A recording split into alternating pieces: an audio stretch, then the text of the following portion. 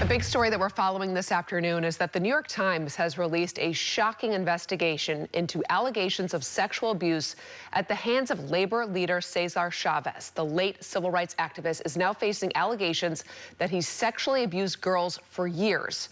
And now fellow labor leader and activist Dolores Huerta is saying she is one of his victims. She writes this: "As a young mother in the 1960s, I experienced two separate sexual encounters with Cesar.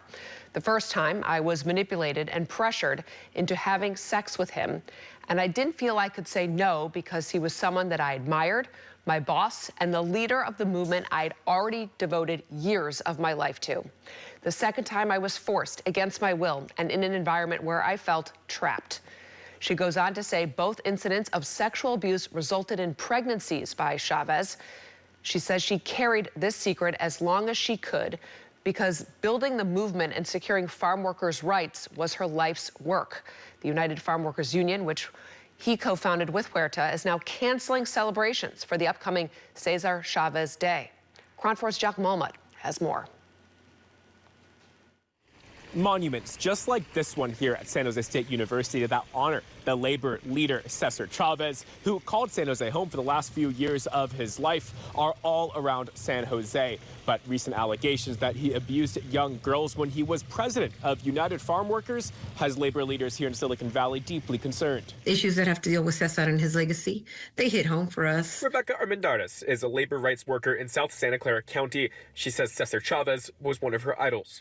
No, my heart is heavy. It really is. My heart is heavy. I grew up with, Cesar in our community, being on the picket line with him and United Farm Workers. United Farm Workers, the union Cesar Chavez founded, is canceling its March 31st holiday celebrations after what it calls deeply troubling allegations. In a statement, the union says, quote, "Some of the reports are family issues and not our story to tell or place to comment on.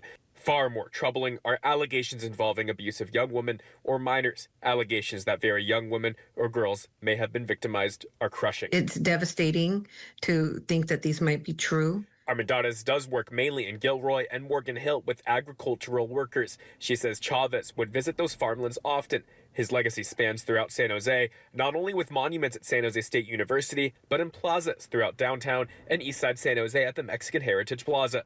Allegations against Cesar, 30 plus years after his death are hard to take. They're hard to hear. What happened behind closed doors may now be in question, but a legacy of cementing workers' rights lives on. Those things will continue, right? They saved the lives and improved the lives of thousands of farm workers, and they will continue to do so through that legacy. And while United Farm Workers has went ahead and canceled its event to honor Cesar Chavez on March 31st, other organizers here in San Jose who normally plan events in years past here in Silicon Valley to honor Cesar Chavez, those plans to hold events on March 31st are still yet to be decided.